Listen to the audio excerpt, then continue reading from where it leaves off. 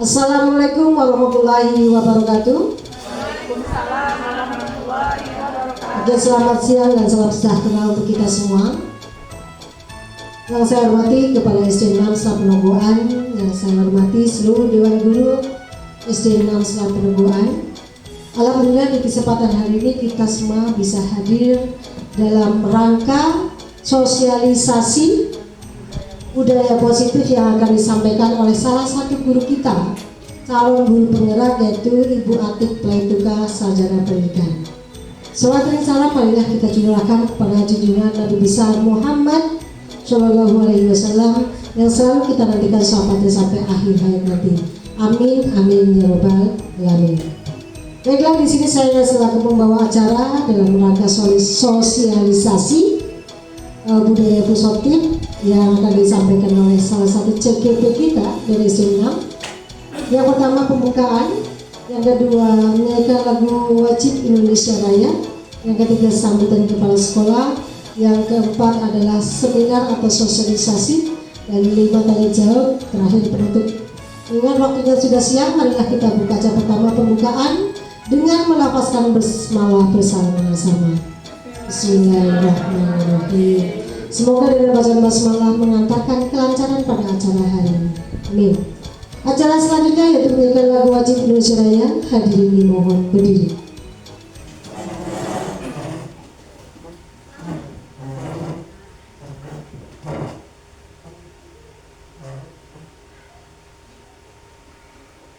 Hiduplah Indonesia Raya. Indonesia tanah airku, tanah tumpah darahku. Di sanalah aku berdiri, cari pandu ibuku. Indonesia kebangsaanku, bangsa dan tanah airku. Marilah kita berseru, Indonesia bersatu. Hiduplah tanahku, hiduplah negeriku, bangsaku, rakyatku semuanya. Bangunlah jiwanya, bangunlah badannya untuk Indonesia Raya. Indonesia Raya, merdeka, merdeka, tanahku, negeriku yang ku cinta. Indonesia Raya, merdeka, merdeka, hiduplah Indonesia Raya. Indonesia Raya, merdeka, merdeka, tanahku, negeriku yang ku cinta.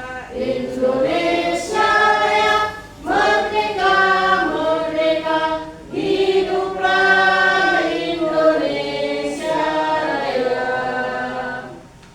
Hadirin disilakan duduk kembali.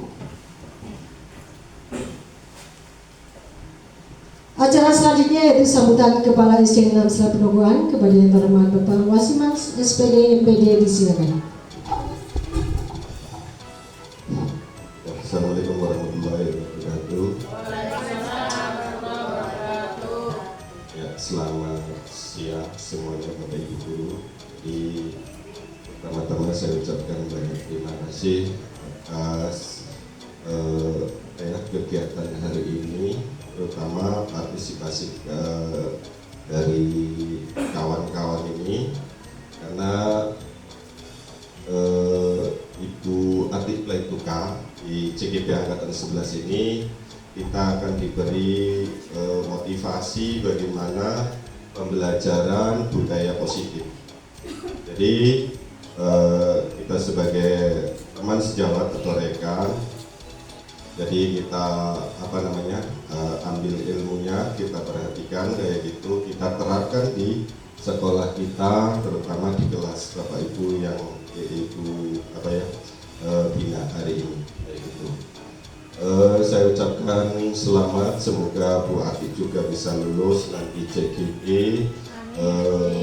dengan teman-temannya kayak gitu berbarengan. Jangan sampai, saya doakan keberhasilan ini tentunya semuanya ada motivasi dari teman-teman, dukungan dari teman-teman. Semoga ilmu yang didapat di CGP itu nanti ditularkan ke teman-temannya seperti itu. Itu harapan saya selaku kepala sekolah di SDN 6 Selat Penogan.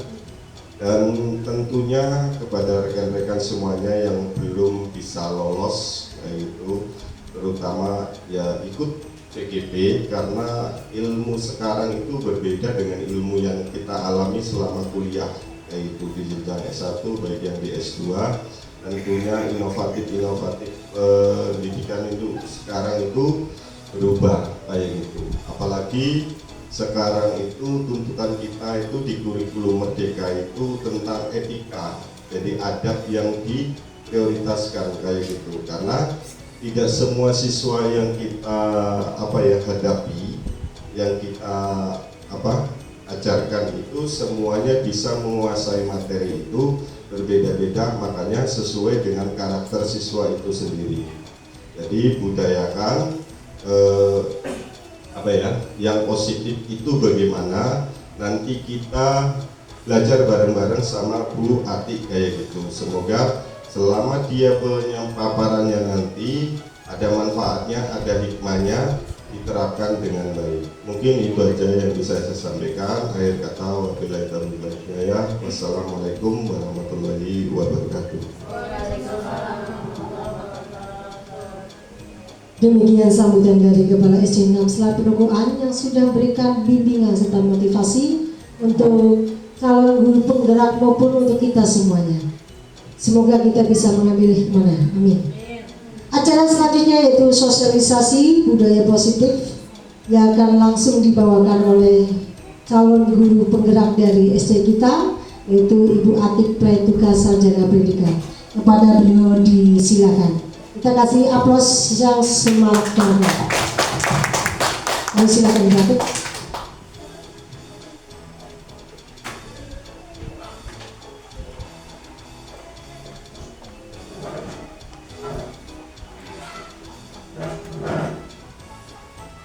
Assalamualaikum warahmatullahi wabarakatuh.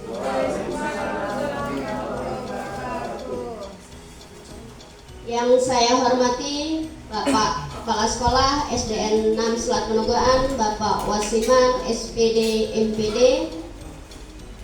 Yang saya hormati rekan-rekan sejawat serta tenaga kependidikan yang sempat hadir pada siang hari ini.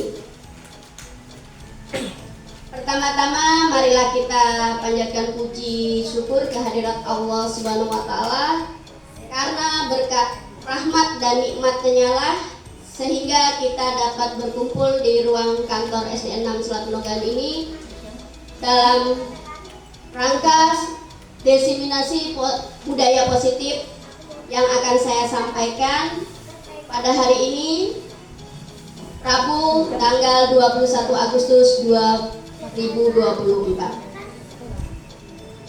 Yang kedua kalinya, salawat teriring salam marilah kita haturkan kepada junjungan kita Nabi Agung Muhammad SAW yang kita nanti-nantikan syafaatnya kelak di yaumul qiyamah.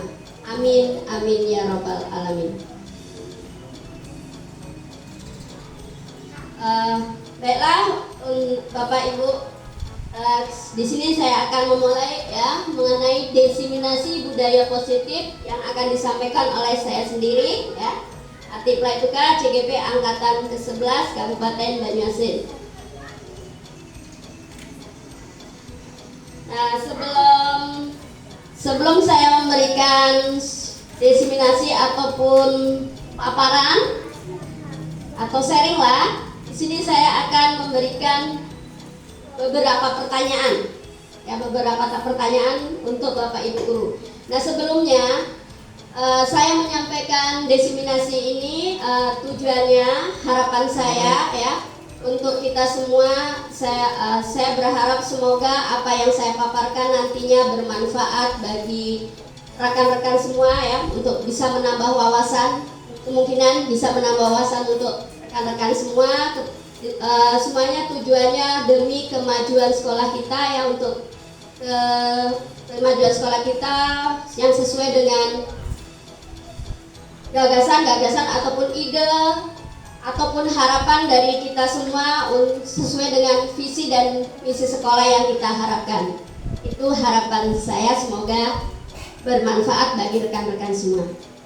Baiklah, Bapak Ibu, nah di sini ya, silahkan dilihat di layar monitor. Di situ ada beberapa pertanyaan.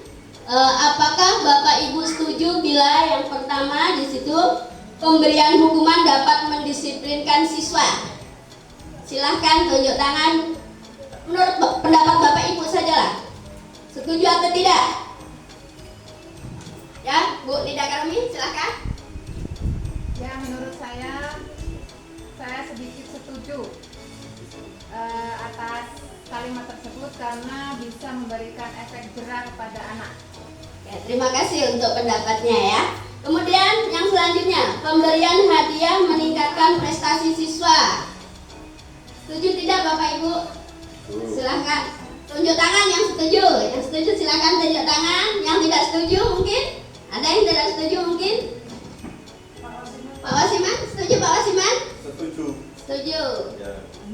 Oke.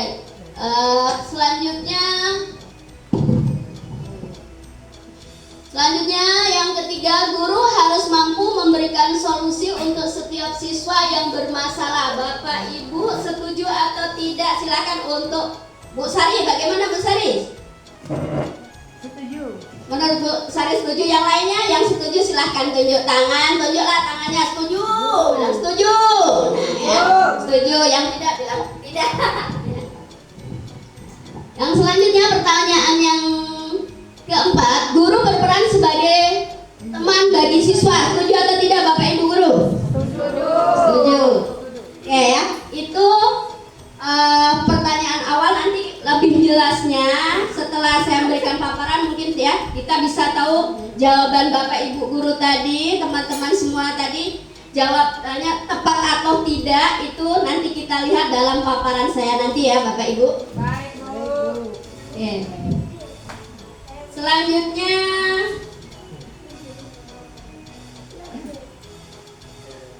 untuk slide selanjutnya di sini ya, mengenai mindset budaya positif atau kebiasaan yang baik. Nah, di sini apa itu budaya positif? Budaya positif itu adalah perwujudan dari nilai-nilai atau keyakinan universal yang diterapkan di sekolah. Nah, Bapak Ibu, nah nilai-nilai di sini nilai-nilai yang bagaimana? Nilai-nilai yang baik atau yang buruk menurut Bapak Ibu guru?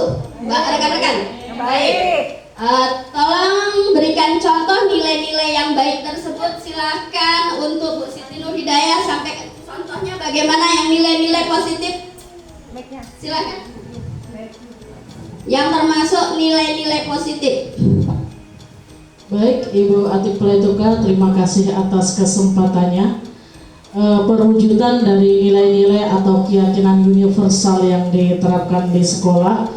Kalau di sekolah yang sudah terbiasa kita jadikan kebiasaan di sekolah kita ini, misalnya berdoa sebelum melaksanakan kegiatan pembelajaran di kelas, itu satu.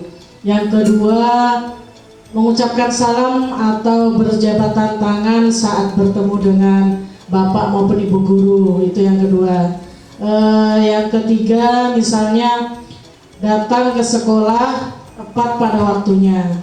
Kemudian ada lagi yang keempat, misalnya melaksanakan tugas piket sesuai dengan jadwal dari murid yang sudah ditentukan. Mungkin Bapak Ibu guru yang lain bisa menambahkan. Terima kasih.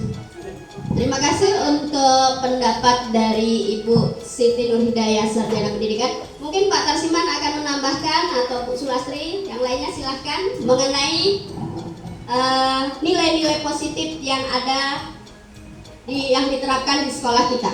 Silahkan. Baik, terima kasih Bu Atik. Saya menambahkan sedikit saja ya. Jaga kebersihan. Saya rasa menjaga kebersihan itu penting sekali ya. Kan kita ada halaman kalau bisa sampah dibuang ke tempatnya itu lebih baik supaya sekolah kita terlihat asri. Demikian Bu. Ya, baik. Terima kasih atas undangannya. Kita beri aplaus untuk Bu Siti Wijaya dan Pak Tarsiman. Mungkin ada pendapat dari teman yang lain? Silahkan sampaikan pendapatnya. Saya Pak Wasiman, silahkan. Ya, sebentar. Kan ini kita baru mulai ya. Nanti kita SBK. Ini kan kalau perwujudan nilai dari apa ya, keyakinan yang sifatnya kan universal, berarti kan menyeluruh diterapkan di sekolah. Jadi tadi kan Bapak Ibu cuma masalah siswanya. Kalau saya kepala sekolahnya berbeda. Saya pasti berkomitmen berkaitan dengan gurunya, terutama gurunya baik tenaga teknik ataupun pendidiknya kayak gitu. Yang pertama itu ya yang jelas saya berkaitan dengan gurunya. Kalau tadi kan berdasarkan saya amati siswanya, kalau ini gurunya. Jadi penilaian saya kalau nilai-nilai budaya positifnya itu kalau gurunya datang tepat waktu kayak gitu, saat jam ngajar jangan di kantor kayak gitu kan seperti itu.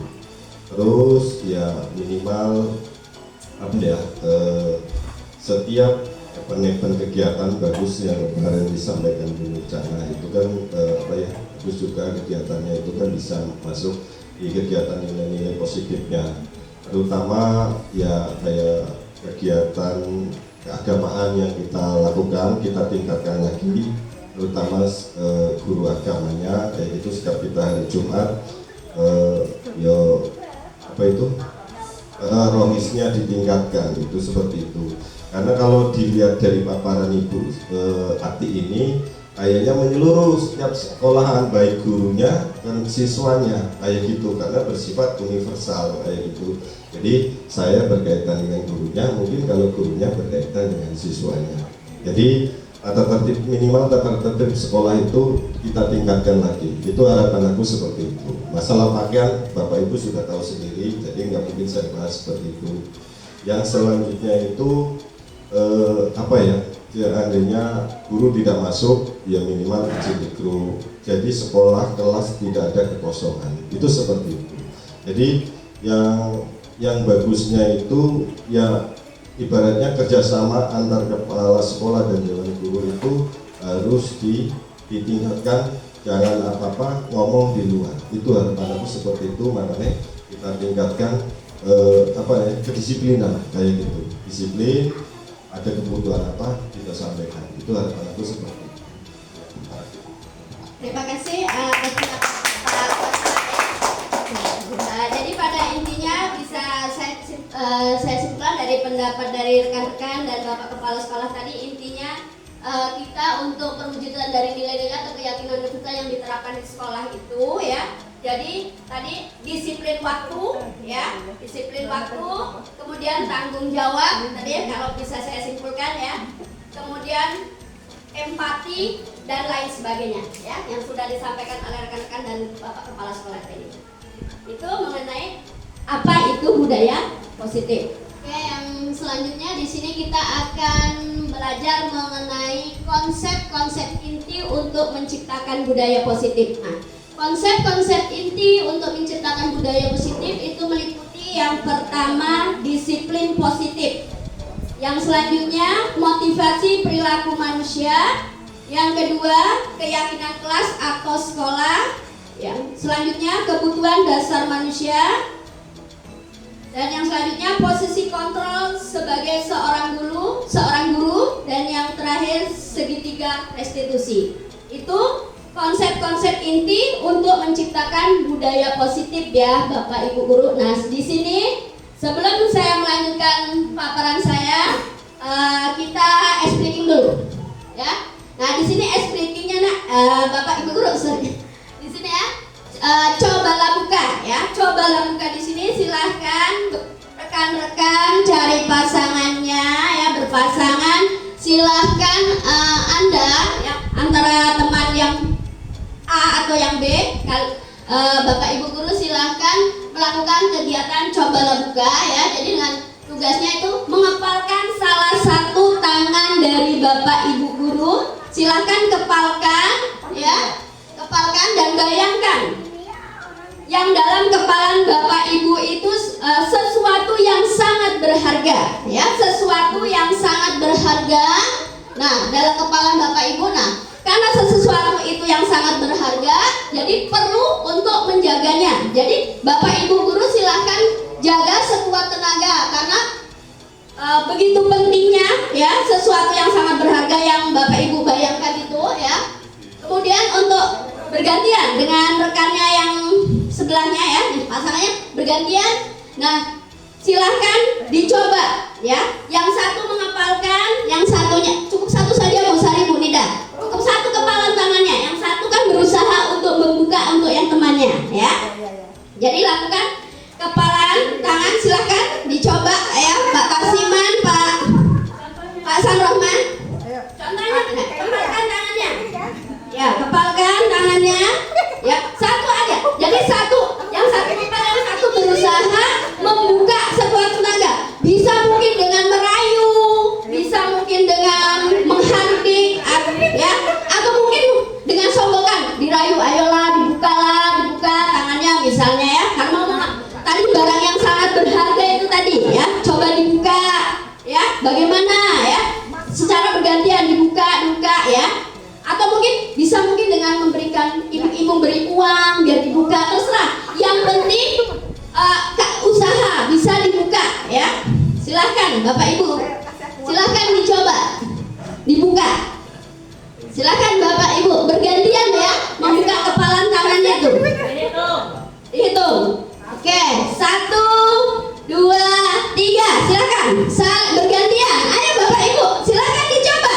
Ayo, silahkan. Iya tuh kan ada nggak mau tuh kan dicoba. Mungkin dengan kata rayuan yang bisa membuka, mungkin dengan ya, mungkin dengan sombongan dan lain sebagainya. Nah, ada nggak mau cuma sekuat tenaga membuka. Yang satunya yang menggenggam sekuat tenaga juga untuk tidak melepaskan mungkin ya.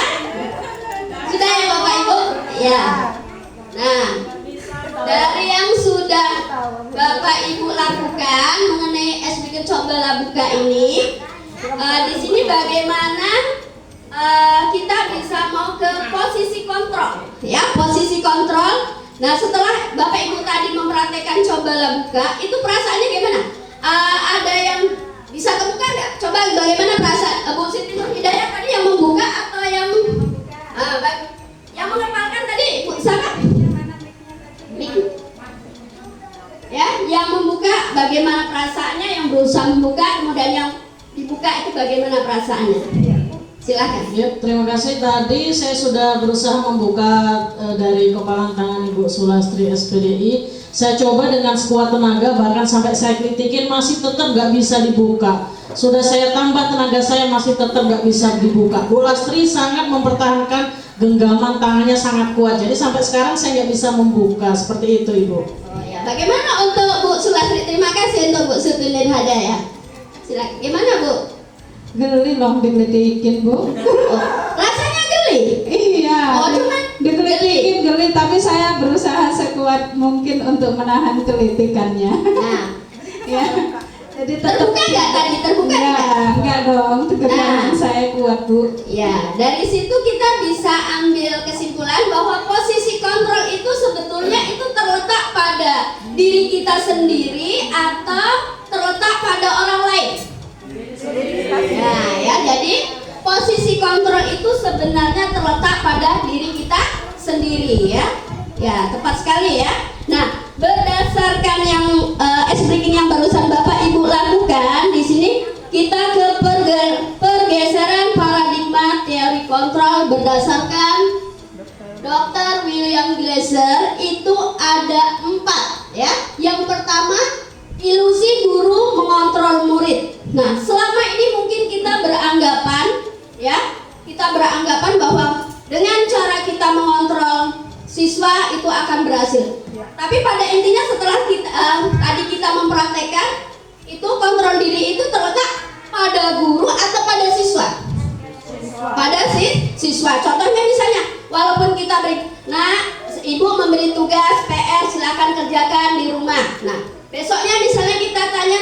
sudah semua mengerjakan PR, pasti ada kan yang tidak mengerjakan PR ya Bapak Ibu? Nah, di situ walaupun kita sudah membimbingnya ada. Jadi posisi kontrol di sini bukan terletak pada kita sebagai seorang guru, tapi pada murid itu sendiri misalnya ya. Yang selanjutnya, ilusi bahwa semua penguatan positif efektif dan bermanfaat. Ya. Itu juga. Kemudian ilusi bahwa kritik dan membuat orang merasa bersalah dapat menguatkan karakter orang. Ini juga menurut kita itu misalnya benar tidak kalau menurut kita ya? Misalnya gini, seorang siswa kan kita biasa misalnya membimbing siswa atau memberi tugas ke siswa. Nah, ini digambar nak, ini sebaiknya sudah disuruh gambar kita ya, misalnya sudah menggambar terus warnanya misalnya tidak serasi ya, tidak sesuai kan menyampaikan. Nah, ini seharusnya warnanya seperti ini kurang tepat. Nah, itu kalau pada diri siswa, kalau tujuan kita sebetulnya menurut kita benar ya, tapi mungkin menurut siswa itu merasa kecewa mungkin ya, karena loh sudah berusaha ini kok masih kurang benih, kan mungkin jadi kecewa. Jadi ya mungkin seperti itu. Jadi ilusi bahwa kritik dan membuat orang merasa bersalah dapat menguatkan karakter itu menurut Bapak Ibu tepat tidak?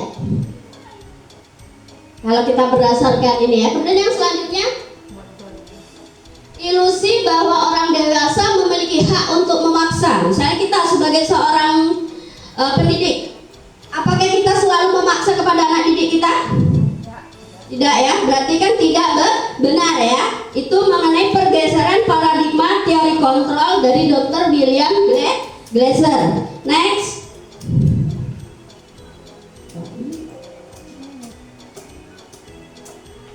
Selanjutnya, bagaimana seseorang bisa berubah dari paradigma stimulus respon kepada pendekatan teori kontrol ya. Di sini saya akan bacakan beberapa ya. Yang pertama di sini stimulus respon. Yang pertama stimulus respon ya. Yang pertama di situ ya stimulus ya. Kemudian perilaku buruk dibuat sebagai suatu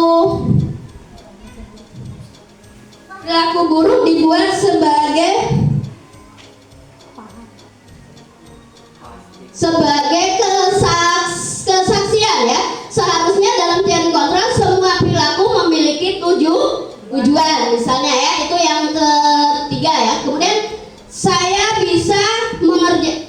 bisa mengontrol orang lain.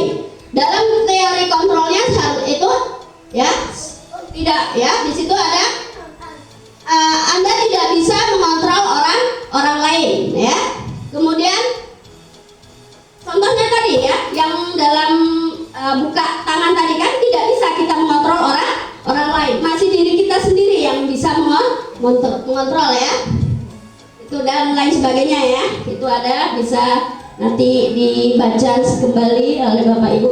Selanjutnya disiplin positif. Nah, dari paparan saya tadi bisa kita ambil pengertian dari disiplin positif ya. Disiplin positif merupakan salah satu cara penerapan yang bertujuan untuk menumbuhkan kesadaran ya, serta memberdayakan anak untuk melakukan sesuatu tanpa sogokan, ancaman maupun hukuman, sesuai dengan yang kita tadi lakukan, membuka tangan ya. Next. Nah, di sini nilai-nilai kebajikan universal itu sebagaimana yang sudah biasa Bapak Ibu kita lakukan setiap pagi ya, sebelum memulai pembelajaran kita menyanyikan lagu profil pelajar Pancasila ya. Jadi nilai-nilai kebajikan universal yang ada itu ada berapa Bapak Ibu? Ada 6. Tolong sampaikan coba. Yang pertama Pak Sanrohman, apa Pak Sanrohman nilai kebajikan kita yang pertama berdasarkan profil pelajar Pancasila? Mandiri. Mandiri. Ya, mandiri juga termasuk ya. Terus selain mandiri apalagi yang ada? Silakan Pak, Bu. Ya. Belajar Pancasila, beriman dan bertakwa pada Tuhan Yang Esa, dan berakhlak mulia, berkebinekaan global, gotong royong mandiri, kreatif dan bernalar kritis. Kreatif dan bernalar kritis. Nah, di situ kan setiap hari kita nyanyikan dengan anak-anak didik kita ya Bapak Ibu. Nah, jadi di situ nilai-nilai kebajikan universal ada 6 ya Bapak Ibu. Yang pertama adalah beriman dan bertakwa kepada Tuhan yang Maha Esa. Kemudian yang kedua berkebinekaan global ya Bu Nurjana ya. Kemudian yang ketiga bergotong royong, keempat kreatif, kelima bernalar kritis, dan yang terakhir mandiri ya. Jadi itu nilai-nilai kebajikan universal ya yang ada di dalam profil pelajar Pancasila yang biasa kita lakukan setiap hari.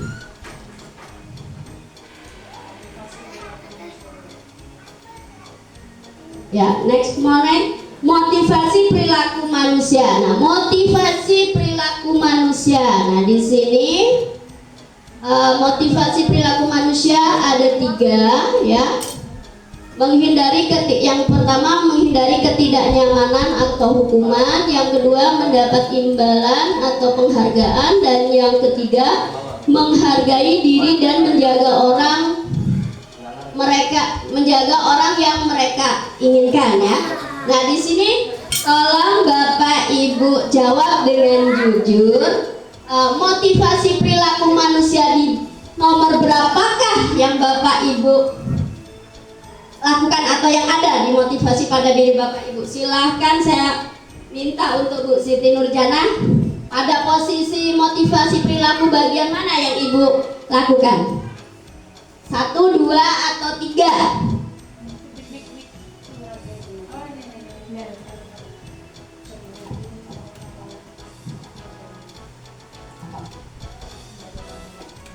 Yang pertama dan ketiga biasanya menghindari ketidaknyamanan atau hukuman ya. Yang kedua menghargai diri, menjadi orang yang mereka inginkan. Seperti apa? Misalkan dalam mengajar saya biasanya kalian pengen guru yang seperti apa? Biasanya seperti itu ya. Misalnya 1 dan 3 yang selalu saya terapkan. Jadi itu untuk motivasi untuk Bu Siti Nurjana, itu ada motivasinya di nomor 1 dan nomor 3 ya. Terima kasih untuk pendapat dari Bu Siti Nurjana SPD. Selanjutnya silahkan untuk Bapak Ibu guru yang lain coba sampaikan pada motivasi perilaku manusia ini di bagian yang mana Bapak Ibu? Silahkan. Mungkin Pak Tarsiman silahkan, motivasinya di bagian yang mana? Nomor 1, 2, 3, semuanya kan memiliki motivasi ya. Silakan Pak. Yang kedua, mendapat imbalan dan penghargaan. Wah. Nah, itu motivasi untuk Pak Tarsiman itu nomor 2, mendapat imbalan atau penghargaan. Itu manusiawi ya Bapak Ibu ya, manusiawi sekali itu ya. Jadi misalnya yang dilakukan Pak Tarsiman ini mendapat imbalan atau penghargaan, misalnya yang bagaimana Pak? Misalnya mendapat imbalan itu tadi manusiawi ya, manusiawi itu Ya, ini aja Bu. Ini contoh kecil Bu ya. ya. Silahkan. Kalau siswa mengerjakan tugas itu kan dia dapat nilai. Ya. Kira-kira begitulah Bu. Ya. Ya, mendapat nilai ya. Nah, dari nilai itu nantinya mungkin kita beri reward lah atau hadiahnya enggak? Nah, mungkin maksud Pak Tarsiman seperti itu ya. Kita beri aplaus untuk jawaban Pak Tarsiman ya, untuk motivasinya nomor 2. Kalau Bu Sari motivasinya nomor berapa Bu Sari? Nomor 1. Nomor 1, menghindari ketidaknyamanan atau mendapatkan hukuman. Contoh yang Ibu lakukan motivasinya bagaimana, Bu? Yang menghindari ketidaknyamanan atau hukuman.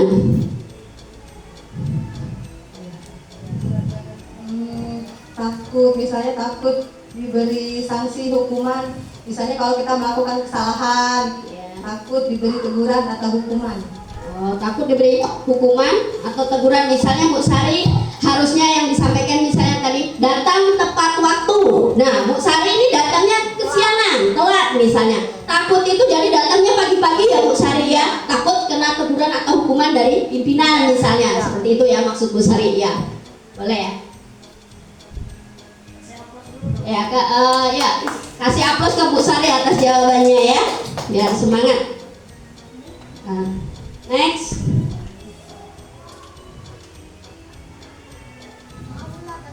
Nah, di sini silahkan Bapak Ibu lihat di monitor dari motivasi tadi, ketiga motivasi tadi, semuanya itu berdasarkan yang bagian yang tadi, yang motivasi 3 tadi, itu penjelasan tentang hukuman, konsekuensi, dan restitusi. Silahkan Bapak Ibu baca yang ada di monitor. Silahkan Bapak Ibu baca. Silahkan ya. Misalnya yang pertama kita salah satu saja ya, salah satu saja. Ya. Bisa dibaca. Silahkan.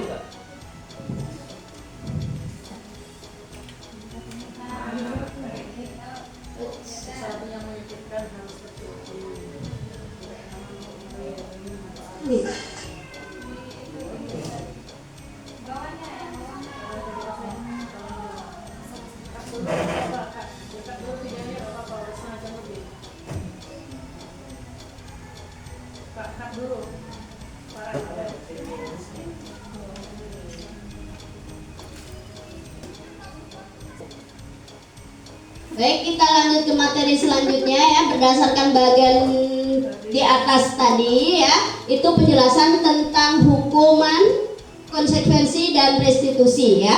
Hukuman adalah tidak terencana, bersifat satu arah, bisa berupa hukumannya itu bisa berupa hukuman fisik ya, psikis ataupun kata-kata kasar ya. Selanjutnya konsekuensi. Konsekuensi itu bersifat terencana, sudah disepakati ya. Bentuk konsekuensi itu bentuk-bentuk konsekuensi dibuat oleh pihak guru atau sekolah. Kemudian restitusi. Restitusi itu adalah proses menciptakan kondisi bagi murid untuk memperbaiki kesalahan mereka sehingga mereka bisa kembali pada kelompok mereka dengan karakter yang lebih kuat. Itu menurut Gosen tahun 2004 ya Bapak Ibu. Next. Ini Bapak Ibu, konsekuensi atau hukuman. Yang pertama, silahkan Bapak Ibu jawab ya.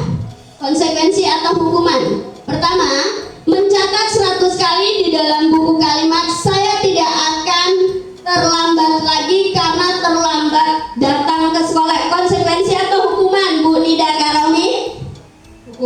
Hukuman. Yang lain pendapatnya konsekuensi atau hukuman? Konsekuensi. Ada yang konsekuensi, ada yang hukuman. Selanjutnya, lari mengelilingi lapangan upacara 2 kali karena terlambat hadir di sekolah. Bu Sari, konsekuensi atau hukuman? Hukuman. Yang lain? Jom, yang hukuman Jom. Kata ya. Yang konsekuensi coba tunjuk tangan yang konsekuensi. Ya, selanjutnya membersihkan coretan yang dibuat di meja tulis. Konsekuensi atau hukuman, Bu Nida? Konsekuensi. Iya, boleh. Yang lain? Jom, yang konsekuensi atau yang lain? Ya, Bu Sulastri?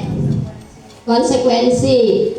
Selanjutnya, murid diminta untuk push up 15 kali karena tidak menggunakan masker ke sekolah. Sekarang kan musim kemarau. Bu Siti Nur Hidayah, konsekuensi atau hukuman Bu Siti? Hukuman ya.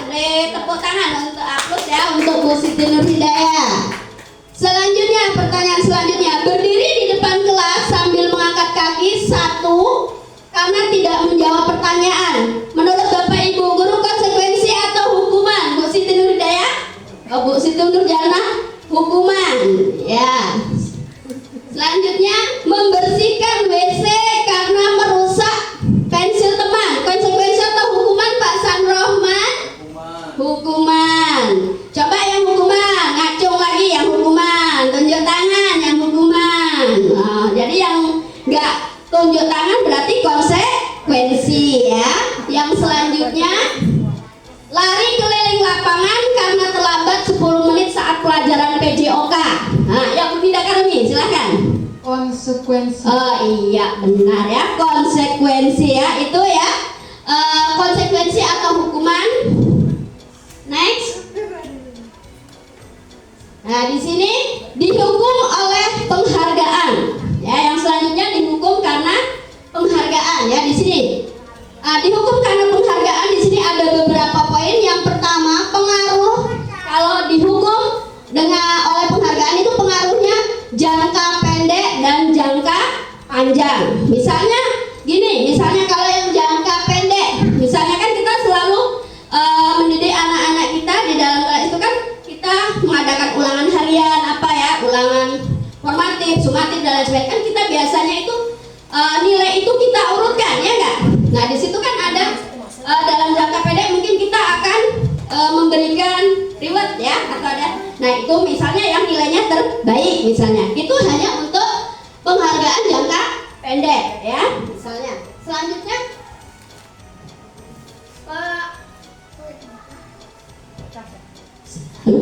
selanjutnya untuk dihukum oleh penghargaan yang selanjutnya, panjang penghargaan tidak efektif ya. Ya, tidak efektif. Ya, penghargaan merusak hubungan.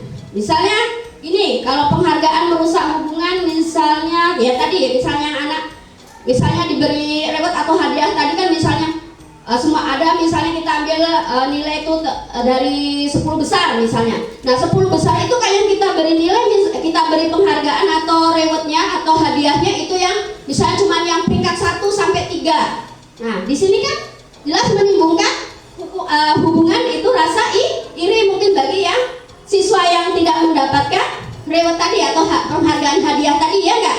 Tuh ya, misalnya seperti itu ya. Kemudian penghargaan mengurangi ketepatan ya. Selanjutnya penghargaan mengurangi kualitas. Ya, misalnya tadi kalau mengurangi kualitas, misalnya tadi kalau yang nilainya bagus langsung dikasih hadiah atau reward. Nah, kalau nggak dikasih turun ngedon misalnya semangat belajarnya. Itu berarti kan mengurangi kualitas ya Bapak Ibu. Selanjutnya penghargaan mematikan kreativitas. Benar ya. Misalnya anak-anak itu maunya belajar mau dapetin karena cuma ingin mendapat penghargaan, tidak ada, jadi sebatas itu saja ya, tanpa ada mau memunculkan kemauannya apa, ide-idenya apa, yang penting belajar nanti dapat penghargaan, cuma hanya itu ya, jadi nggak memunculkan kreativitasnya ya. Kemudian selanjutnya penghargaan menghukum motivasi dari dalam diri atau intrinsik. Jadi kan motivasi itu tadi yang di depan tadi ada dua ada eksternal dan intrinsik ya di situ ya. Kalau intrinsik atau dari dalam diri kan walaupun mau dikasih hadiah mau enggak, belajar itu atas kesadaran sendiri misalnya ya. Next. Nah, di sini selanjutnya mengapa keyakinan kelas bukan peraturan kelas ya? Mengapa keyakinan kelas bukan peraturan kelas? Nah, di sini saya sebelum lanjut ada next.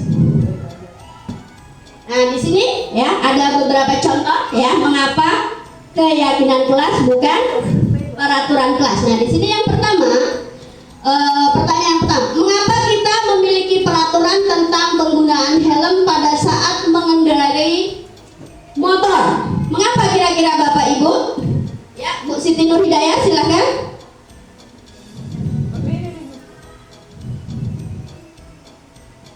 Baik, saya coba jawab Bu Atik, mengapa kita memiliki peraturan tentang penggunaan helm pada saat mengendarai kendaraan roda 2 atau motor?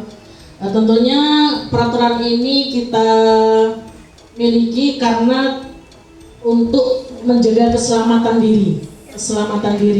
Satu itu, yang kedua mungkin style atau gaya, keselamatan diri, style. Kemudian yang ketiga mentaati peraturan lalu lintas. Nah, itu Ibu. Terima kasih. Ya, terima kasih untuk pendapat dari Bu Siti Nurhidayah. Beri aplaus untuk Bu Siti Nurhidayah SPD. Yang kedua, mengapa kita memiliki peraturan tentang penggunaan masker dan mencuci tangan setiap saat? Bu Sulastri, silakan.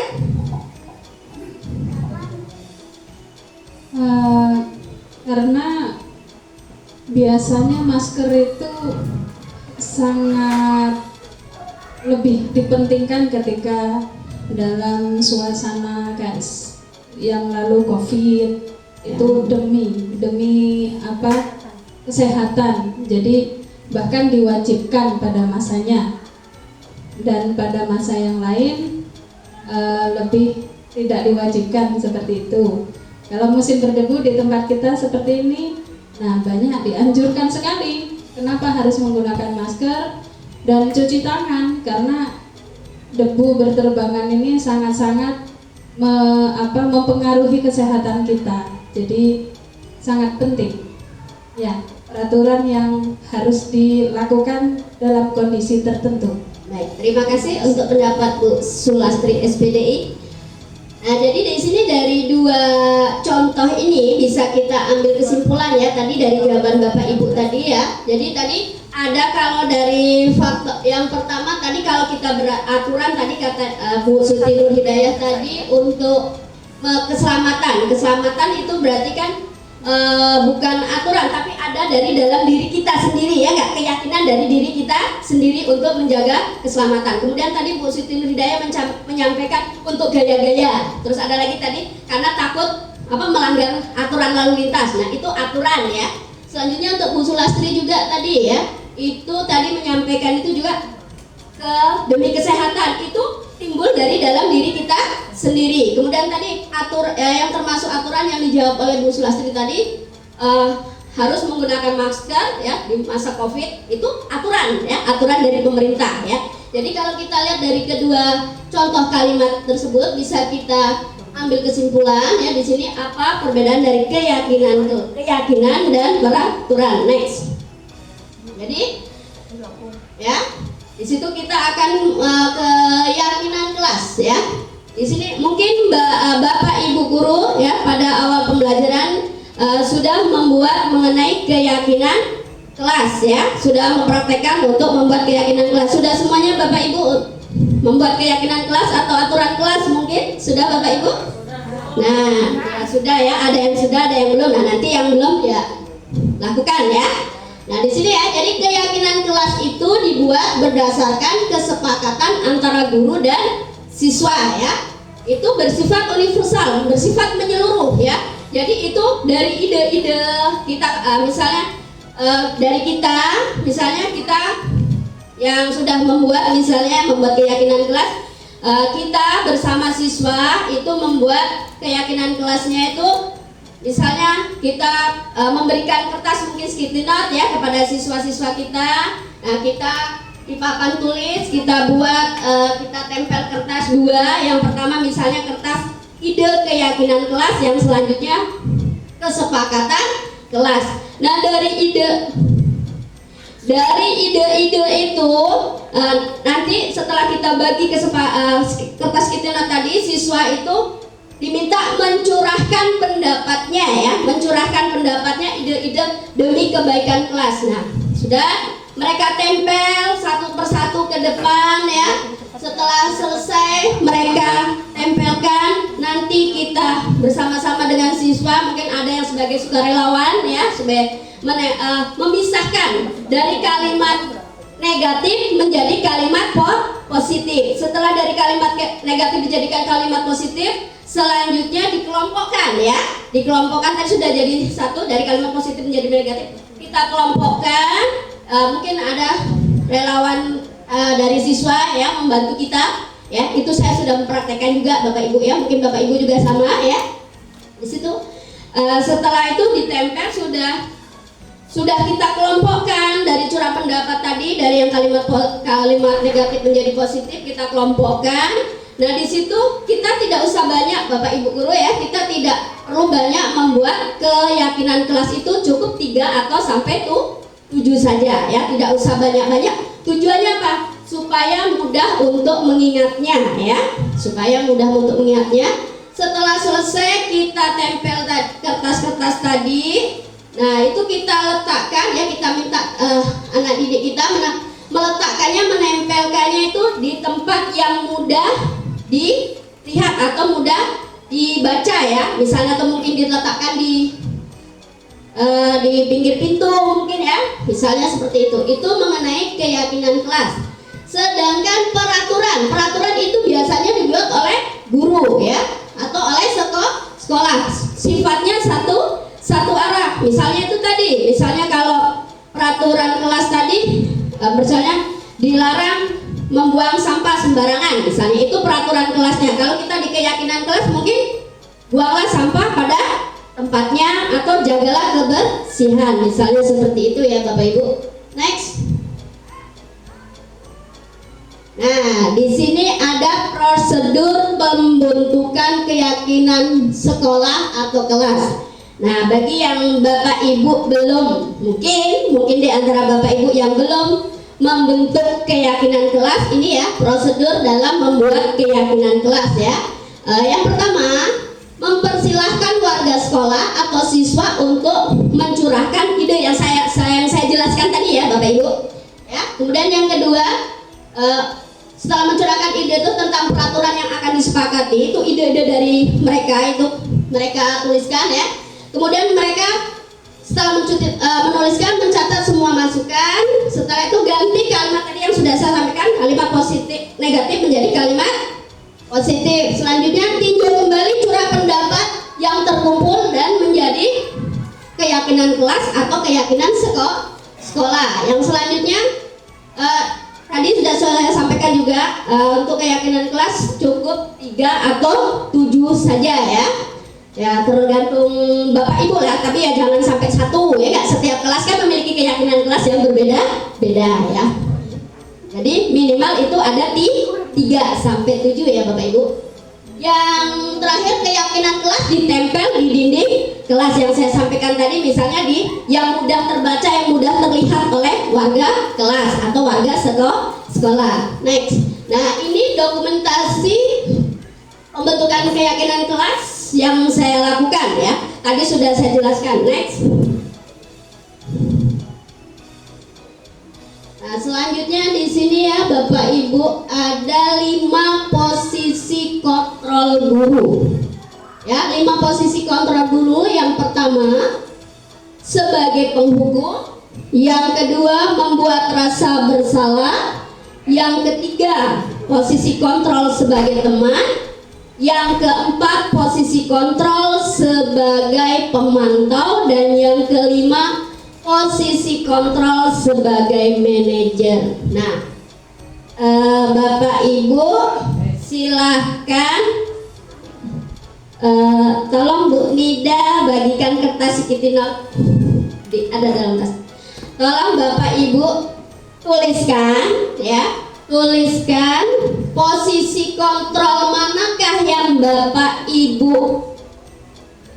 lakukan, yang Bapak Ibu lakukan di dalam kelas ya. Posisi kontrol mana? Silakan ditulis di dalam kertas sticky note yang dibagikan oleh Bu Nida Karomi. Nah, setelah Bapak Ibu tuliskan jawabannya, tidak perlu disampaikan ke saya ya Bapak Ibu, tidak perlu. Nanti kita lihat ya, setelah ini kita lihat jadi posisi kontrol Bapak Ibu itu di mana, terus tepatnya bagaimana ya. Silahkan ditulis Bapak Ibu.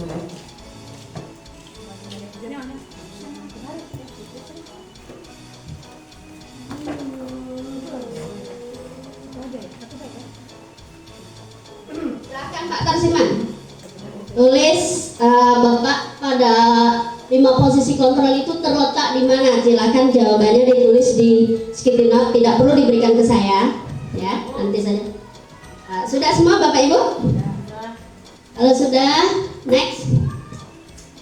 Berikutnya, di sini ada contoh video posisi kontrol guru yang saya lakukan. Silahkan Bapak Ibu simak.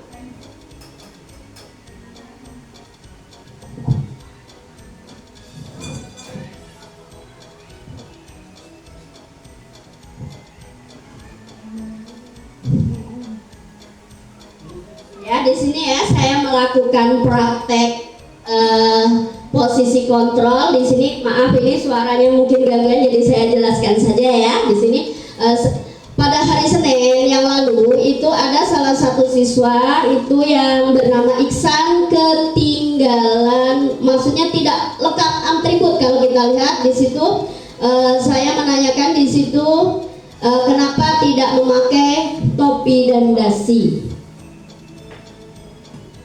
Ya, di situ kaos kaki juga ya, dan di situ, nah itu maaf ya suaranya tidak kedengaran ini.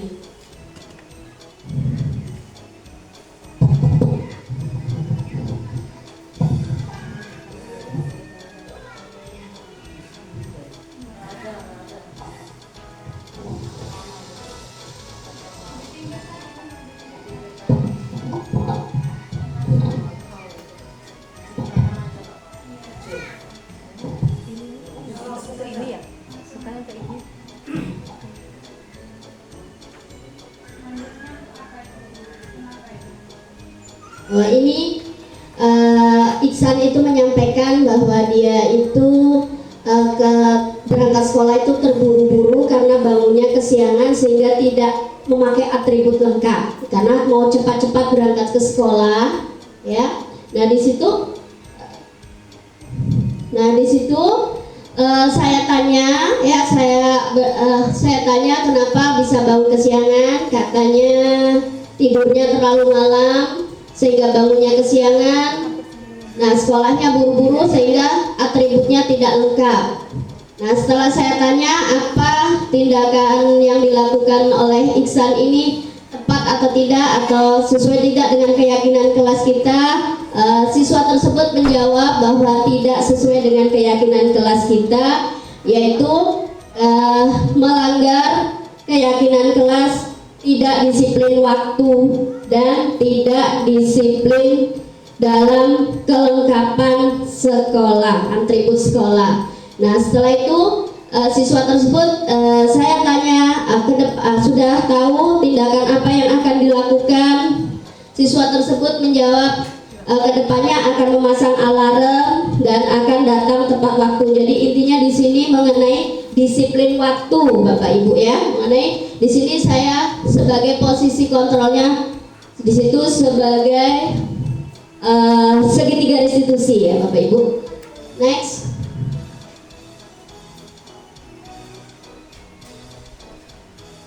Nah di sini ya dari praktek yang video tadi bisa kita ambil ini. Di sini ada penghukum ya, posisi 5 kontrol tadi. Yang pertama penghukum. Biasanya kalau penghukum itu mengucapkan kata-katanya itu yang menghardik atau menunjuk sambil misalnya berkaca pinggang, misalnya tangannya di pinggang misalnya ya. Hukumannya itu bisa berdampak ya, bisa hukuman fisik juga bisa verbal ya. Kemudian kalau anak-anak itu kalau kita sebagai posisi kontrol itu sebagai penghukum, anak-anak itu mungkin nantinya dampaknya mungkin jadi dendam ya, dendam kepada kita kalau kita menghukumnya mungkin secara verbal atau fisik tadi, yang merasa sakit hati siswa tersebut mungkin pada wali kelas atau mungkin pada guru mapel itu bisa menimbulkan efek yang tidak baik, mendendam itu tadi ya, kalau kita posisi kontrol sebagai penghukum. Kemudian yang kedua, pembuat rasa bersalah. Nah, biasanya guru yang dalam posisi kontrol pembuat rasa bersalah ini biasanya suaranya lembut ya. Nah, lembut namun menyalahkan siswa ya. Guru itu menyatakan kesalahannya pada siswa dan guru itu seakan-akan merasa menderita, ya. Jadi dampaknya kalau guru sebagai posisi kontrol merasa bersalah, dampaknya itu membuat siswa merasa bersalah ya, merasa bersalah dan juga rendah diri karena tadi merasa bersalah terhadap guru tadi ya. Itu. Yang selanjutnya posisi kontrol yang ketiga sebagai teman. Biasanya guru yang posisi kontrolnya letaknya pada sebagai teman itu guru bersikap ramah ya, guru bersikap ramah, kemudian cenderung ya bersendagura untuk menghangatkan suasana, jadi dekat dengan anak didik ya. Misalnya misalnya ayo kita belajar sama-sama, mana yang nggak dimengerti, jadi kan lebih dekat anak ya, misalnya seperti itu ya. Jadi dampaknya kalau kita pada posisi kontrol sebagai teman itu murid bergantung pada satu guru saja mungkin ya kan. Kemudian membuat siswa tidak mandiri ya, karena itu misalnya saya contoh misalnya Zainul ini susah sekali tapi kalau misalnya dengan saya misalnya didekatkan dengan cara sebagai teman bisa dia belajar selesai, tapi misalnya tapi dia terpaku sama saya, kalau nggak sama saya nggak mau, misalnya itu ya, misalnya itu kalau kita sebagai posisi sebagai teman ya, posisi kontrol sebagai teman. Yang selanjutnya sebagai pemantau. Nah biasanya kalau posisi kontrol sebagai pemantau ya, nada bicara dan ekspresinya datar ya, misalnya di situ.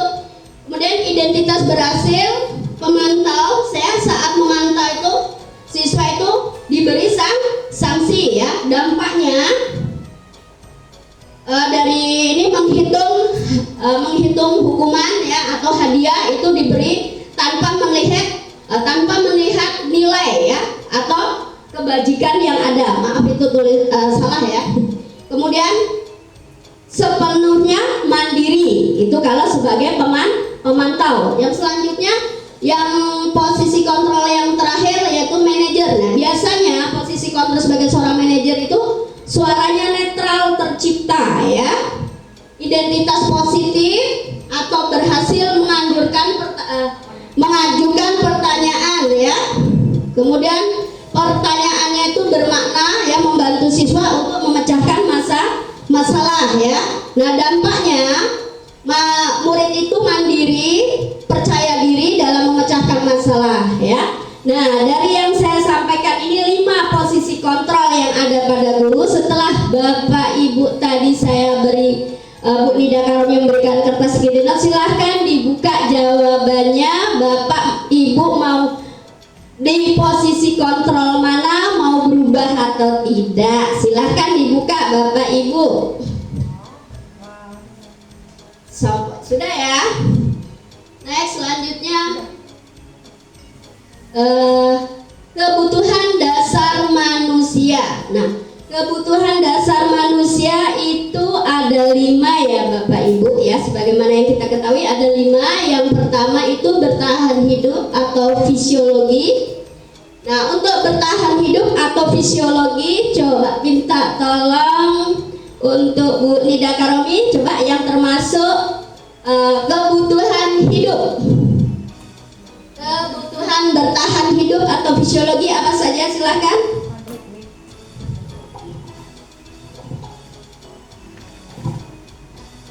Baik, terima kasih. Saya akan memberikan pendapat saya tentang kebutuhan dasar manusia bertahan hidup atau fisiologi. Menurut saya kebutuhan tersebut seperti kebutuhan pangan, Bu ya. Mengapa? Karena menurut saya jika anak tersebut tidak mendapatkan makanan yang cukup misalnya sebelum berangkat sekolah, maka anak tersebut akan membuat masalah seperti malas belajar, lesu, ngantuk, itu Bu, termasuk masalah menurut saya. Jadi menurut saya kebutuhan bertahan hidup yang perlu untuk dicukupkan yaitu makanan. Terima kasih. Ya, terima kasih untuk jawaban Bu Nida Karomi, beri aplaus ya. Nah selanjutnya selain bertahan hidup dengan makanan yang lainnya, coba Bu Sari gimana pendapatnya untuk kebutuhan hidup yang fisiologi tadi, selain makanan apa lagi? kebutuhan bertahan hidup selain makanan yaitu rumah. Iya. Ya. Rumah atau tempat tinggal ya. Ya. Tempat tinggal sangat mempengaruhi. Ya, mempengaruhi ya. Ya, terima kasih. Kemudian ya, jadi yang sudah disampaikan tadi kebutuhan hidup itu ada papan, sandang, dan perumahan tadi ya. Nah, selain itu, misalnya Pak Sarrohman, saya bertanya, kalau pemenuhan kebutuhan biologis itu termasuk kebutuhan bertahan hidup atau bukan, Pak Sarrohman? Tolong pendapatnya disampaikan. Ya, kebutuhan memenuhi kebutuhan biologis itu termasuk kebutuhan bertahan hidup bukan, Pak Sarrohman? Bertahan hidup. Oh ya, menurut Pak Sarrohman ya, jadi bukan hanya menurut Pak Sarrohman sebetulnya ya, kebutuhan biologis itu termasuk ke dalam kebutuhan bertahan hidup. Kemudian kalau memperbanyak keturunan itu termasuk kebutuhan hidup atau kasih sayang? Memperbanyak keturunan. Dua-duanya. Oh, dua-duanya ya, dua-duanya menurut Ibu Nida Karomi ya. Yang selanjutnya di sini kasih sayang dan rasa diterima, itu kebutuhan kedua ya, ke psikologis. Kemudian yang ketiga penguasaan, keempat kebebasan, dan yang kelima kesenangan. Next. Nah, di sini saya buat beberapa kalimat ya. Nah, silahkan Bapak Ibu, saya ini termasuk kebutuhan mana ya? Nih, aku senang main kejar-kejaran dengan ibu guru, seru. Termasuk kebutuhan mana Bapak Ibu? Aku senang main kejar-kejaran dengan ibu guru. Termasuk kebutuhan yang mana dari kebutuhan 5 tadi? Ya, silakan Bu Nida Karomi. Iya, benar, kesenangan ya, tadi ada kata senang. Aku senang main kejar-kejaran dengan ibu guru, seru ya. Selanjutnya, ibu kejar aku karena ibu guru sayang aku. Itu termasuk kebutuhan mana, Bu Sari? Kasih sayang, tepat sekali ya Bu Sari ya. Selanjutnya, aku hebat kan, bisa bikin ibu guru kejar aku. Termasuk kebutuhan apa? Pengakuan. Iya ya. Selanjutnya, aku bosan belajar mewarnai terus di dalam kelas. Kebebasan. Ya, tepat sekali ya. Next.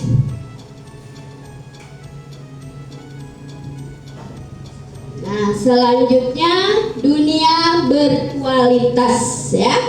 Nah, di sini ada beberapa pertanyaan, cukup tidak perlu ditulis jawabannya, cukup ini saja ya. Yang pertama, siapakah orang-orang yang paling penting dalam hidup Anda? Coba saya tanya satu persatu ya. Saya tanya satu persatu. Saya coba yang pertama untuk Bu Siti Nurjana. Siapakah orang yang paling penting dalam hidup Bu Siti Nurjana? Silahkan sampaikan. Orang yang paling penting pertama anak. Ya. Yang kedua orang tua. Yang ketiga cowok. Ya. Jadi orang yang penting Bu Siti Nurjana itu tadi anak, orang tua, dan cowok. Beri aplaus untuk Bu Siti Nurjana. Bu Siti Nurjana ya. Maaf. Selanjutnya pertanyaan yang kedua, nilai-nilai kebajikan apa yang terpenting dalam hidup Anda, Bu Sulastri? Silahkan. Nilai-nilai kebajikan apa yang terpenting dalam hidup Bu Sulastri? Nilai kebajikan apa yang penting dalam kehidupan saya? Iya. Bermanfaat untuk orang lain, khususnya keluarga dan masyarakat. Melakukan apa yang kita bisa lakukan untuk mereka. Baik, terima kasih ya.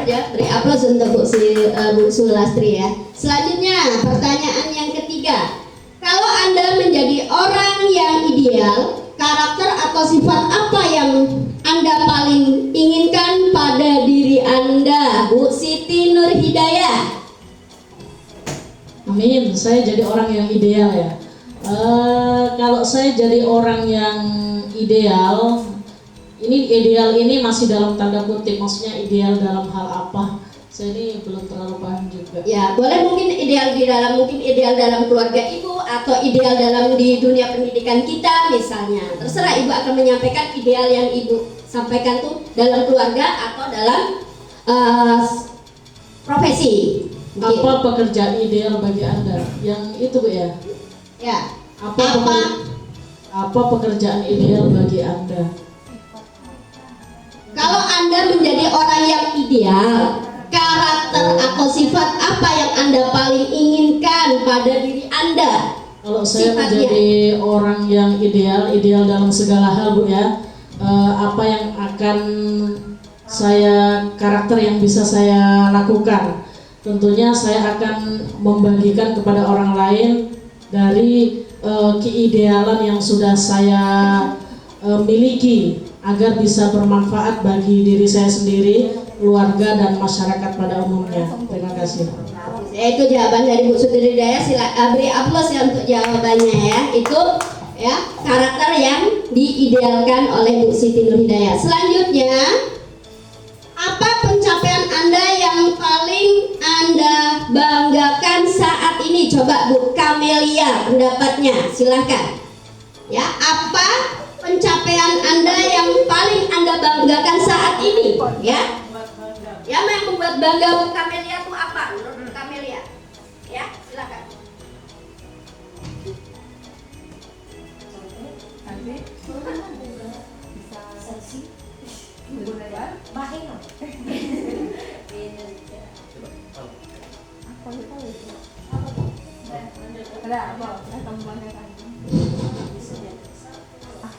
Ya, apa Bu Kamel? Apa pencapaian Anda yang sangat Anda banggakan sampai saat ini menurut Bu Kamel? Apa yang Bu Kamel banggakan? Menjadi ibu yang baik. Apa? Menurut Bu Kamelia, apa yang dibanggakan? Yang menjadi seorang ibu yang tangguh. Menjadi seorang ibu yang tangguh ya demi Anak-anak. demi anak-anak ya. Aplaus untuk Bu Kamelia ya. Itu ya. Jadi yang dibanggakan Bu Kamelia itu menjadi seorang ibu yang tangguh ya demi putra putrinya.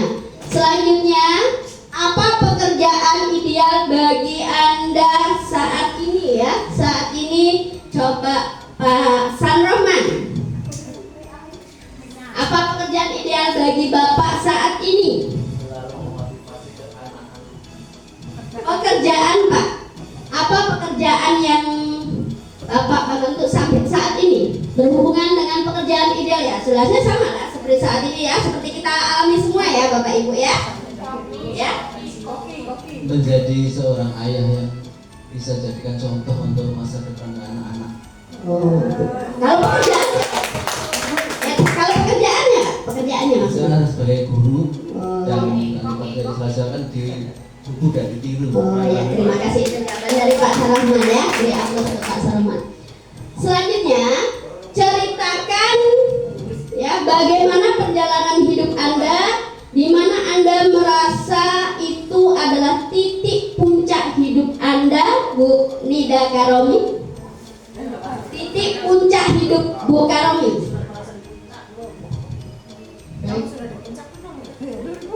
Menurut saya belum bisa menjawab pertanyaan ini ya Bu, karena saya sendiri merasa belum berada di titik puncak hidup saya.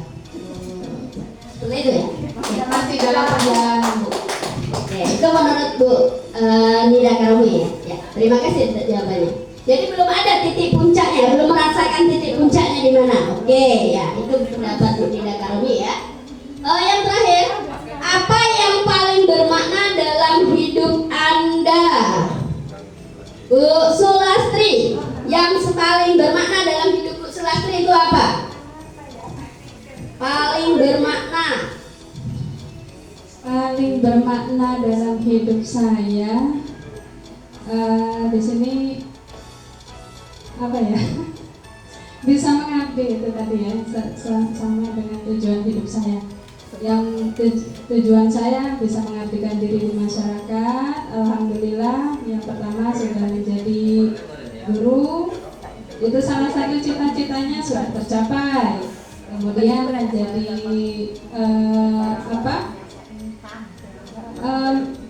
menjadi iya, sudah bermanfaat lah, intinya bisa menyampaikan ilmu sedikit walaupun satu huruf kepada anak-anak.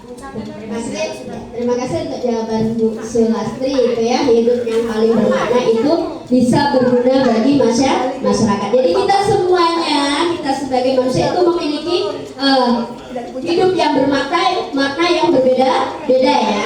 Mungkin kalau saya, hidup saya yang paling bermakna yaitu saya berjuang untuk anak-anak. Kalau saya misalnya, atau mungkin menjaga kesehatan suami misalnya, ya selalu tetap sehat misalnya, itu juga bermakna bagi saya misalnya, dan lain sebagainya ya. Kita memiliki hidup yang bermakna yang berbeda-beda. Selanjutnya yang terakhir ya, segitiga restitusi ya. Nah, segitiga namanya juga segitiga restitusi, di sini dalam bentuknya ya ada tiga ya Bapak Ibu. Yang pertama itu menstabilkan identitas, seperti yang tadi video yang ditayangkan, tapi saya tadi tidak ada suaranya ya. Nah, menstabilkan identitas. Nah, di sini dalam menstabilkan identitas itu setiap orang kalimatnya misalnya bertanya sebenarnya, setiap orang pasti pernah melakukan kesalahan misalnya ya, atau kamu bukan satu-satunya anak yang melakukan kesalahan ini misalnya, dan lain sebagainya ya. Itu menstabilkan identitas. Yang selanjutnya, yang kedua, validasi kebutuhan, atau kalau kita melakukan segitiga restitusi, tindakannya ya. Validasi tindakan misalnya dengan kalimat kamu tentu punya alasan mengapa melakukan itu, seperti yang video yang saya tayangkan tadi ya, kamu tentu punya alasan kenapa bisa ketinggalan, tadi katanya bangun kesiangan misalnya ya. Kemudian yang terakhir di situ menanyakan keyakinan, misalnya kalimatnya nilai-nilai apa yang telah kita sepakati, atau kamu ingin menjadi orang yang seperti apa setelah melakukan tindakan kesalahan tadi. Kita tanya lagi, setelah itu mau berubah, itu melakukan tindakan apa yang ke arah yang lebih baik ya. Itu ya segitiga restitusi ya. Selanjutnya next ya, contoh segitiga restitusi videonya itu bisa diputar tidak? Tidak terdengar suaranya ya? Ya, intinya itu mengenai saya melakukan praktek segitiga restitusi itu ya di skip ya, nggak boleh. Intinya itu ya. Di sini sudah sampai akhir materi kita ya mengenai budaya positif ya, diseminasi budaya positif yang saya sampaikan. Semoga bermanfaat bagi Bapak Ibu dan demi kemajuan sekolah kita ya. Sebelum saya tutup, saya di sini mau meminta refleksi atau umpan balik dari diseminasi yang saya sampaikan. Ya, saya mohon yang pertama untuk Bu Siti Nur Hidayah menyampaikan refleksinya. Silahkan ke depan Bu ya.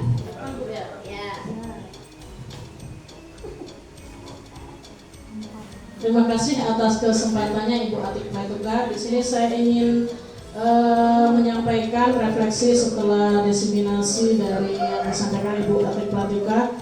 Di sini saya merasa menambah pengetahuan dan wawasan yang sangat luar biasa, yang begitu banyak sekali manfaatnya apabila kita memang betul-betul bisa melaksanakan dari tahapan-tahapan budaya positif itu di sekolah kita tercinta ini. Di sini saya selaku wali kelas mendapat inspirasi yang luar biasa. Saya ingin menerapkan dari salah satu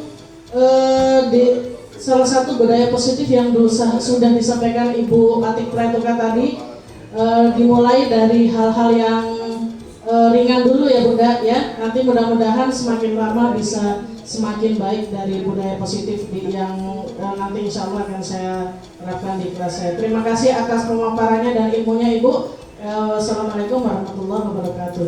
Waalaikumsalam warahmatullahi wabarakatuh. Terima kasih untuk refleksi dari Bu Siti Nurhidayah, Sarjana Pendidikan. Saya mohon satu lagi untuk Bu Ida Karomi menyampaikan refleksinya.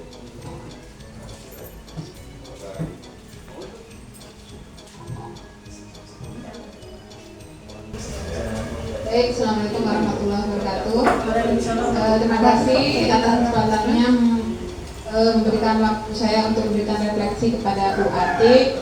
Menurut saya materi yang diberikan oleh Bu Atik pada diseminasi ini merupakan materi yang sangat bermanfaat bagi kami sebagai guru yang selanjutnya mengetahui bahwa terdapat 5 posisi kontrol yang dapat kita pilih mana yang merupakan posisi yang paling baik bagi kita sebagai guru. Demikian, terima kasih. Assalamualaikum warahmatullahi wabarakatuh. Waalaikumsalam warahmatullahi wabarakatuh. Terima kasih Bu Ida Karomi yang telah memberikan refleksinya. Sudah pada sesi terakhir, saya kembalikan lagi kepada pembawa acara.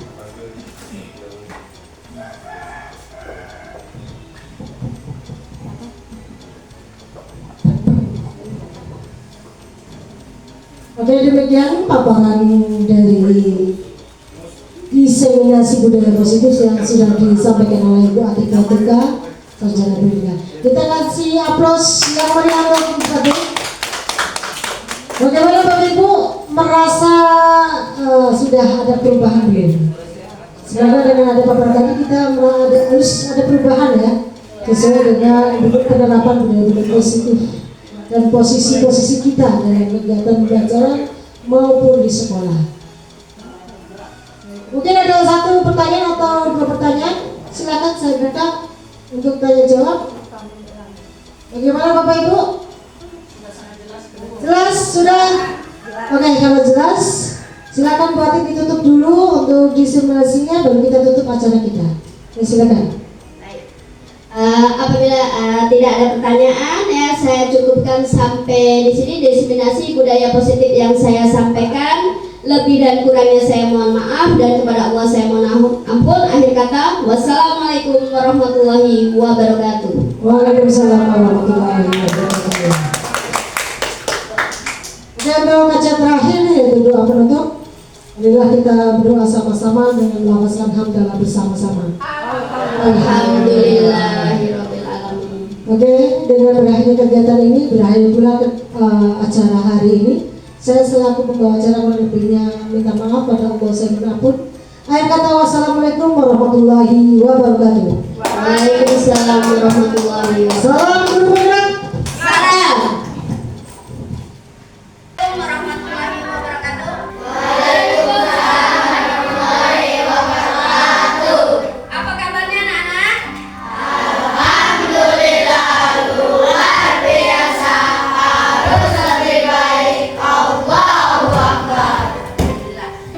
Anak-anak, untuk pagi hari ini kita akan membuat ya ide keyakinan kelas. Nah, nanti setelah kita membuat ide keyakinan kelas, nanti kita baru ke dari keyakinan-keyakinan yang sudah kalian buat nantinya, ya anak ya. Nanti idenya apa mengenai keyakinan kelas, kalian nanti tempel di sini nak ya idenya. Setelah itu nanti baru kita dari ide-ide kalian tadi nanti kita buat kita tempel di sini menjadi keyakinan ke kelas. Nah sebelumnya aku nanya, peraturan kelas dengan keyakinan kelas sama atau tidak nak? Tidak ya, ya kita udah tahu ya. Jadi keyakinan kelas dengan peraturan kelas itu berbeda. Kalau peraturan kelas itu, kalau peraturan itu dibuat oleh sekolah atau instansi tertentu. Misalnya dilarang apa? Pasti ada kata dilarang ya. Dilarang membuang sampah sembarangan. Misalnya itu kalau aturan ya enggak dilarang, itu yang menentukan sekolah. Tetapi kalau keyakinan kelas itu kesepakatan ide-ide itu semua dari kalian semua ya. Jadi nanti kalian membuat ide keyakinan kelas apa yang kalian inginkan di kelas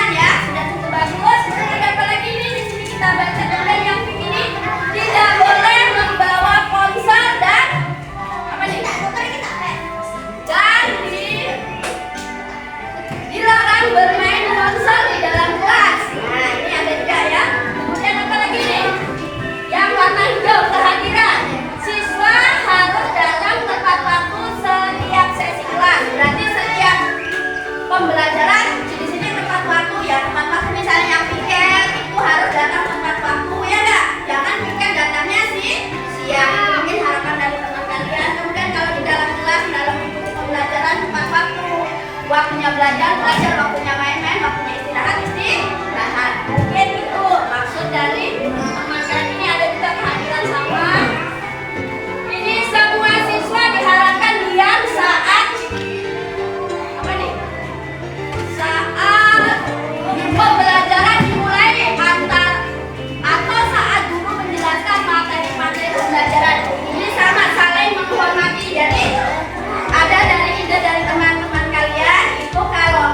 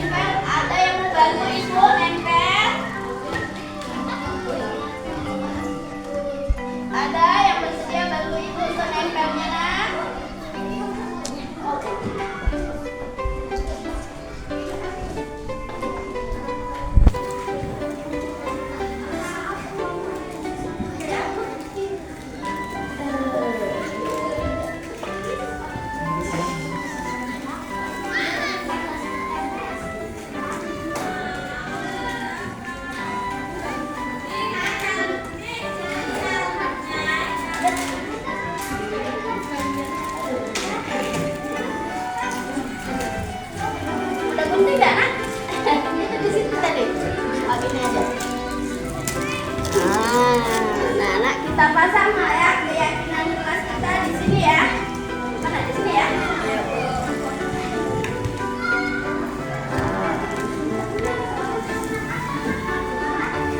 Nah, inilah ya ide dari ide kalian tadi sudah menjadi keyakinan kelas kita. Ini ada 6. Nah, karena ini ide-ide dari kalian, keyakinan dari kalian semuanya, jadi gua harapkan apa yang sudah kalian tuangkan ide-ide untuk yang sudah menjadi satu keyakinan kelas ini kalian lakukan, karena ini ide dari kalian sendiri ya. Jadi kalian harus konsisten untuk melakukannya ya nak ya.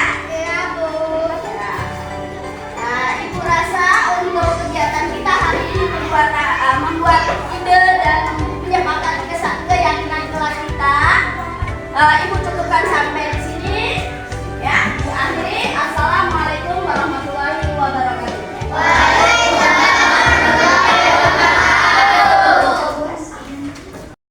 Assalamualaikum warahmatullahi wabarakatuh. Perkenalkan, nama saya Atik Letuka, CGP Angkatan 11 Kabupaten Banyuasin. Salam guru penggerak. Bergerak, tergerak, menggerakkan.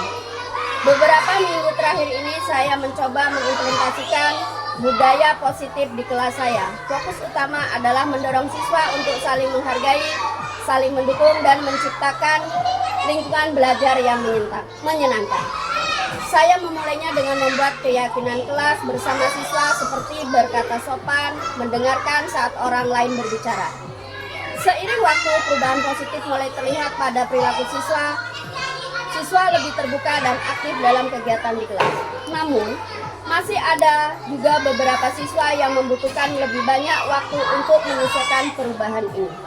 Untuk kedepannya, saya berencana untuk terus memperkuat budaya positif ini dengan mengembangkan kegiatan yang mendorong kerjasama dan saling menghargai di dalam kelas. Terima kasih. Salam guru penggerak. Guru bergerak Indonesia Maju. Assalamualaikum warahmatullahi wabarakatuh.